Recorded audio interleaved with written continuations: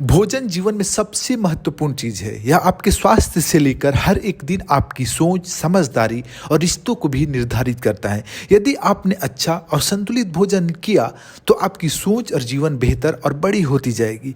भारत में पोषण केवल भोजन की उपलब्धता से संबंधित नहीं है, बल्कि यह संस्कृति, जाति, लिंग और जीवन शैली से भी जुड़ा हुआ है। हमारी पोषण नीति मुख्य रूप से गर्भवती महिलाओं और बच्चों पर केंद्रित है, जबकि बुजुर्गों, किशोरों और पुरुषों के पोषण की देखी की जाती है।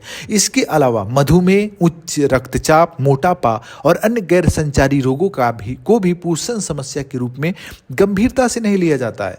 बजट 2025 में सक्षम आंगनवाड़ी और पोषण 2.0 योजनाओं के लिए अधिक धन आवंटित तो किया गया है, जिससे यह स्पष्ट भी हो रहा है कि सरकार पोषण सुधार को प्राथमिकता दे रही है। लेकिन सवाल यह है कि व्यवहारिक रूप से क्या धरातल पर ये योजनाएं भारत की पोषण चुनौतियों का पूरी तरह समाधान कर पाएंगी? आइए इसका सटीक, सरल और प्रामाणिक विश्लेषण करते हैं।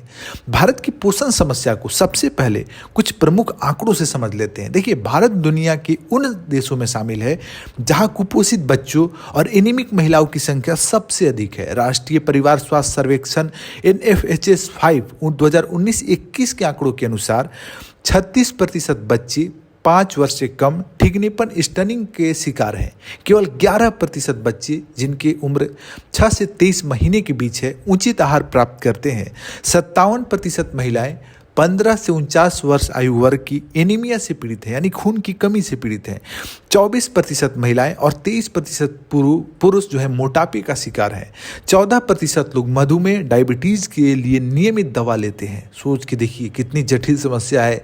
भारत में पोषण की समस्या 2 रूपों में पाई जाती है। पहली, परंपरागत कुपोषण, जिसमें लोगों को पर्याप्त पोषण युक्त भोजन नहीं मिलता है।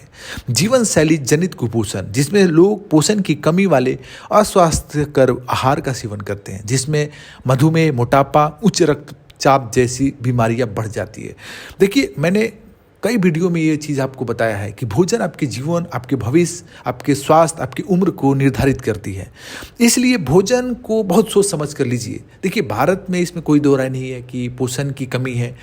भारत में अच्छा आहार नहीं मिलता है। इसमें कई कारण हैं। एक तो जैसे लोगों के पास आय की कमी है, तो जो भोजन आहार उनको संतुलित आहार, पौष्टिक आहार लेना चाहिए, वो ले नहीं पाते।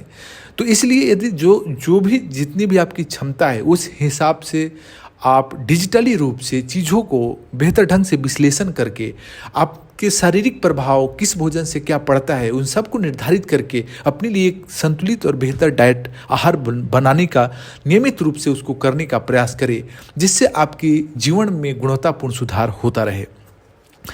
मौजूदा पोषण योजनाएं और उनकी सीमाएं क्या क्या है? देखिए, पोषण 2.0 और सक्षम आंगनवाड़ी की प्रमुख विशेषताओं को यदि देखें तो गर्भवती और स्तनपान कराने वाली माताओं के लिए पूरक पोषण की व्यवस्था है। कुपोषित बच्चों की पहचान और उसके उपचार किए जाते हैं। आयरन और फोलिक एसिड की गोलियां भी दी जाती है, विशेषकर किशोरियों के लिए।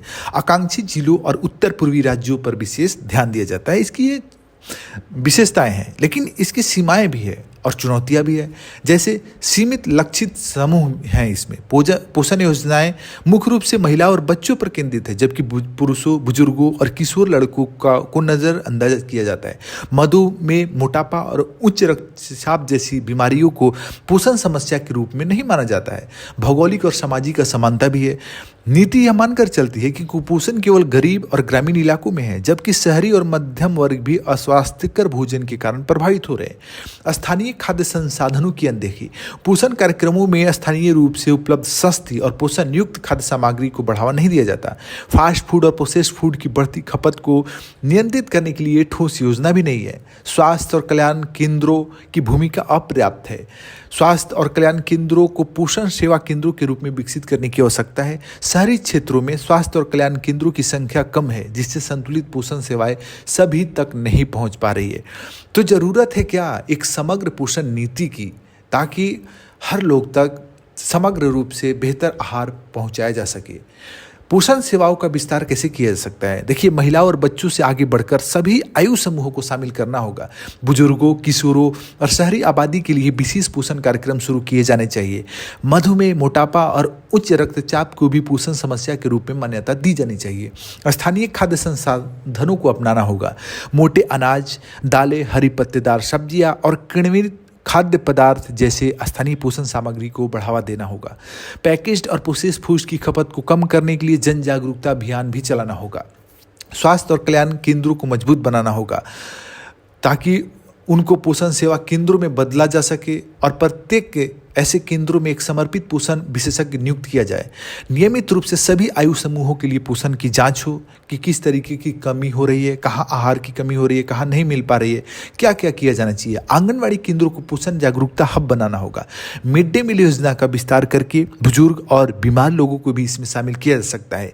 पोषण अभियान को स्थानीय समुदायों से जोड़ा जाए जिससे इसे जमीनी स्तर पर अपनाया जा सके। सफल पोषण नीति के लिए सबसे महत्वपूर्ण 2 कारक हो सकते हैं। पहला, स्थानीय नेतृत्व और सामुदायिक भागीदारी को बढ़ाना। ब्राउन यूनिवर्सिटी की प्रोफेसर प्रेरणा सिंह की शोध के अनुसार जहां भी स्वास्थ्य और पोषण कार्यक्रमों को स्थानीय रूप से अपनाया गया वहां सफलता अधिक देखी गई। स्थानीय सामाजिक नेताओं, धार्मिक गुरुओं और प्रभावशाली व्यक्तियों को इस अभियान का हिस्सा बनाया जाए। दूसरा, स्थानीय भोजन और पारंपरिक खान पान से जोड़ना होगा। आजकल जो आधुनिक खान पान है, फास्ट फूड, प्रोसेस्ड फूड, वो सब स्वास्थ्य के लिए बढ़िया है नहीं। वो थोड़े समय के लिए आप अपनी जिह्वा को संतुष्टि करने के लिए, मन को संतुष्टि करने के लिए 5-10 मिनट के लिए बस खुशी देते हैं, सेटिस्फेक्शन देते हैं, लेकिन लंबे समय के लिए बहुत हानिकारक है। तो जरूरी है कि पारंपरिक भारतीय आहार में पोषण से भरपूर कई खाद्य पदार्थ शामिल हैं, जैसे बाजरा, ज्वार, रागी, हरी सब्जियां, दालें, इसको बढ़ावा दिया जाए। इन खाद्य पदार्थों को सभी वर्गों में लोकप्रिय बनाने के लिए जागरूकता अभियान चलाना जरूरी है।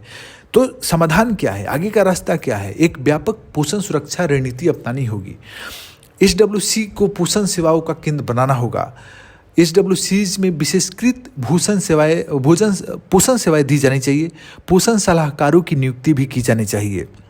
जैसा कि हमने स्वास्थ्य और कल्याण केंद्रों जैसा HWC को सेवाओं के रूप में तब्दील करके किया जा सकता है। पोषण सलाहकारों की नियुक्ति की जानी चाहिए ताकि लोग सलाह ले सके। खाद्य सुरक्षा से पोषण सुरक्षा की ओर नीति बदलाव करनी होगी। केवल कैलोरी आधारित भोजन आपूर्ति पर ध्यान देने के बजाय पोषण युक्त आहार की उपलब्धता सुनिश्चित की जाए। मधुमेह और मोटापा जैसी बीमारियों की रोकथाम के लिए व्यापक नीति बनाई जानी चाहिए, जो कि आज देश में बड़े लेवल पे बहुत तेजी से फैल रही है। जागरूकता और व्यवहार परिवर्तन कार्यक्रम चलाए जाने चाहिए। स्कूलों, कार्यस्थलों और समुदाय में पोषण साक्षरता को बढ़ावा देना। अल्ट्रा प्रोसेस्ड फूड के दुष्प्रभावों पर बड़े पैमाने पर अभियान चलाना। तो कंक्लूजन में हम कह सकते हैं कि भारत में पोषण समस्या को हल करने के लिए केवल महिलाओं और बच्चों पर केंद्रित योजनाएं पर्याप्त नहीं है। हमें एक समग्र पोषण नीति की आवश्यकता है जिसमें स्थानीय खाद्य संसाधनों, समुदायों की भागीदारी और स्वास्थ्य व कल्याण केंद्रों की महत्वपूर्ण भूमिका होगी। स्वस्थ भारत के निर्माण के लिए स्थानीय रूप से स्वामित्व वाली समग्र पोषण रणनीति को अपनाना अनिवार्य है, तभी यह संभव हो पाएगा।